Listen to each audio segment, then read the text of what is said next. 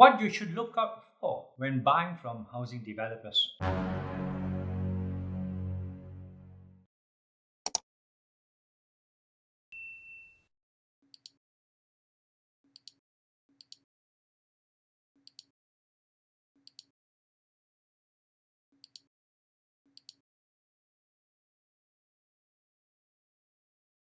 Now, buying a house, to call it a home, is an important event in a person's life. It is a single biggest capital investment that a person undertakes in his or her lifetime. We have heard from others and read the newspapers of house buyers ended up with the short end of the stick when housing projects are abandoned.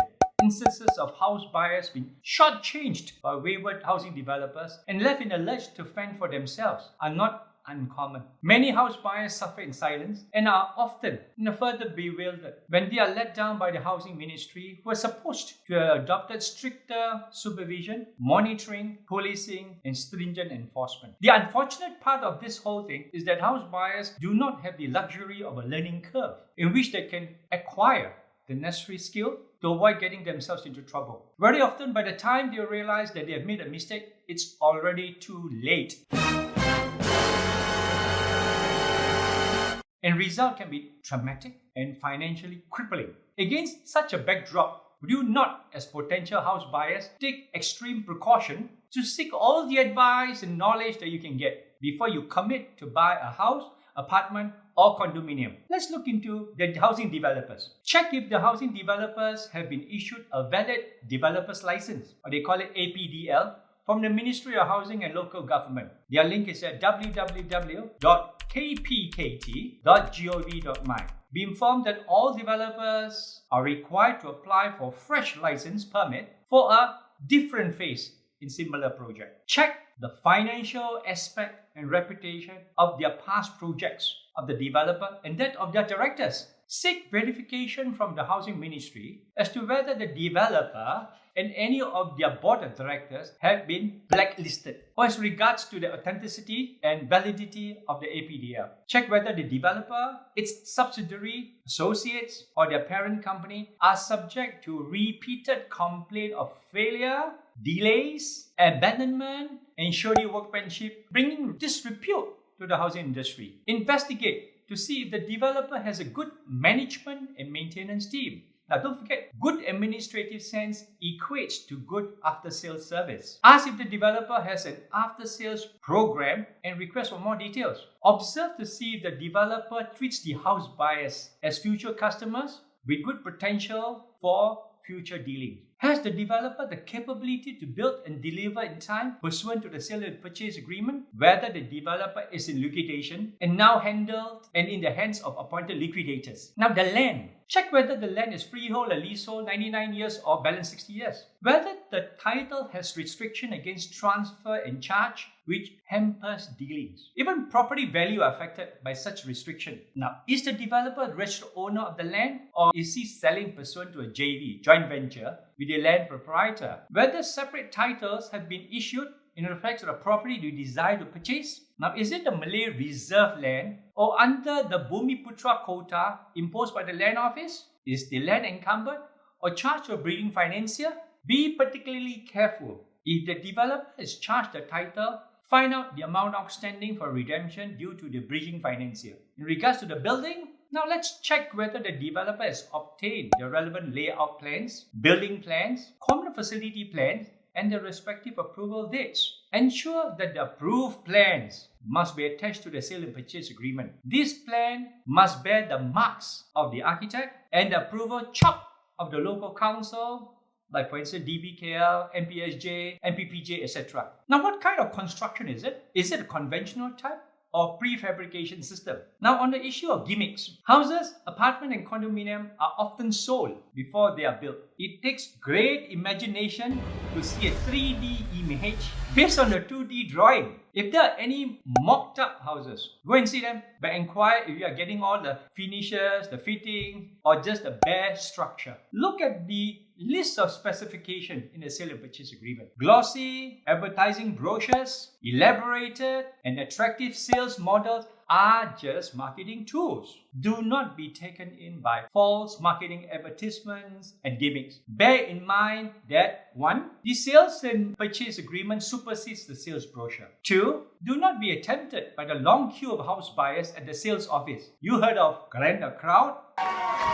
3. Do not be deceived by the artificial demands, i.e. sold out with those pin markings, reducing the chance of your choice units. 4. Do not be tempted to decide quickly. Consider with your family members, especially your spouse. Now, next issue I'd like to talk about, why do you need your own lawyer? Now, the first rule of conveyancing is buyer must engage own lawyer. Consult a lawyer right from the start and not after you have paid the deposits. Reason to use your own lawyer? Well, 1. Under the law, you are deemed to have read and understood every document you sign. Furthermore, promises made by the vendor developer or someone else about a deal may not be enforceable if the promises are not in writing. Lawyers cannot represent both vendors and purchaser. If you are using the vendor developers panel lawyers, often when dispute happens, the lawyers is unlikely to represent you against their bigger client. It is important to note that a lawyer in general practice will be able to complete your purchase. However, a lawyer with a focused real estate practice may prove a better tool if you are unsure of what to do or have complication in your purchase agreement or mortgage. While you think that you cannot afford the services of your own lawyer,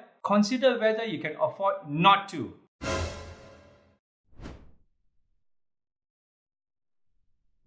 I received several questions, but I will select 2 questions on my laptop screen. Question 1, Dato Chang. My condominium faces a landmark view, i.e. KLCC, in the sales brochure. Later, I found that it is obscured by an equally towering condominium block next door, and the view is now obstructed. What's your comment? Well, under the Housing Development Control and Licensing Regulation 1989, housing developers are required to give accurate information and true particulars in the advertisement of their housing scheme. Now, those in violation of the terms and conditions of the approved developer's permit can be prosecuted for false advertisement and misrepresentation. On conviction, the offending developer is liable to be fined 50,000 ringgit or jail not exceeding 5 years or both. Now, besides, more often than not, these representations are precluded by an all too familiar fine footprint of a disclaimer clause in the tone of all illustration and artist impression only. The brochures do not form part of the contract. Among others, sitting in one small obscure corner of the sales brochure